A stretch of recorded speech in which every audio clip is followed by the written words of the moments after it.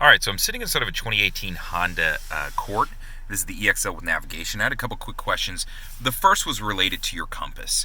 So on this vehicle, where that would show up, anytime you tap the navigation button, you're going to see it pop up. So it's going to be in one of these two tabs down here. Additionally, if you move over to the screen over here, I can press the home button, and then I want to scroll down until I get to navigation. I can select enter, and then you're going to see a compass there additionally too. Now, if I have turn-by-turn directions set up, it's going to start giving me my directions up here too. So just know that it's going to give you like your next turn and stuff. So that's what's going on. Now, related to that, where to go is a way to search.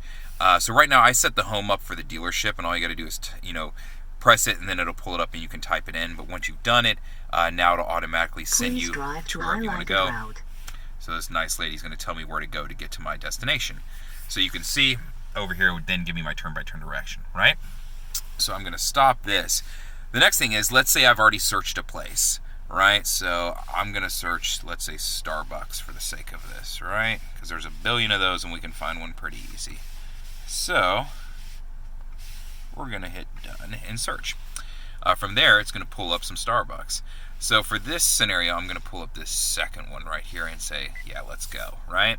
So let's say this is somewhere I regularly visit. So if this is somewhere I regularly visit, what I can do is go to my search and then go to recent, and I can save that location. So I previously saved one in, but if I wanted to save in the new one, because this is my new location, hit this, I can go to info. From here, I want to hit save, and I can name it, Starbucks, by house, or whatever it may be, however you want to remember whatever it is. Helps if I spell it right, though. At least for me, it does. So I'm going to hit done, right? Now I can hit go.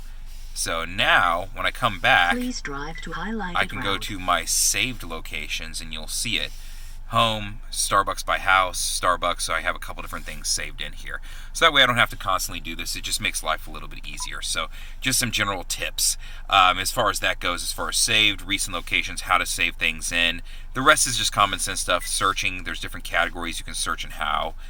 Moving down my trips, categories if I'm looking for something particular. A lot of different ways Garmin's going to give me an option to do that, so just know that you have this available to you. Now, related to the actual map itself, if you want to mess with any of the settings, you can come up here, the three little dots. From there, where I am, exit services, those are just general details, but go to settings. This is where you can start playing with the map as far as, hey, I don't want it in 3D mode. I only want it in, north facing up, or I want tracking up all the time. So I'm going to leave it in 3D just because I think that one looks the best. But other things that you can mess with here. So let's go over here.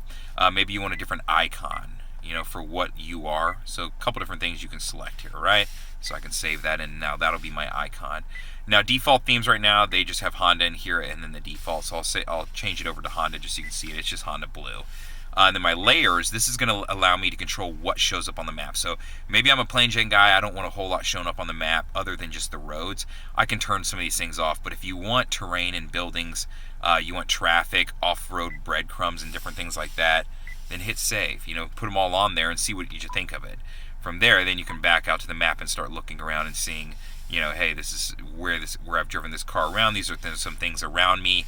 You can see there's a golf range. There's some, some restaurants and different things around me. So just some simple, easy tips to work through as far as your turn-by-turn directions and different things working with the navigation inside of a Honda Accord.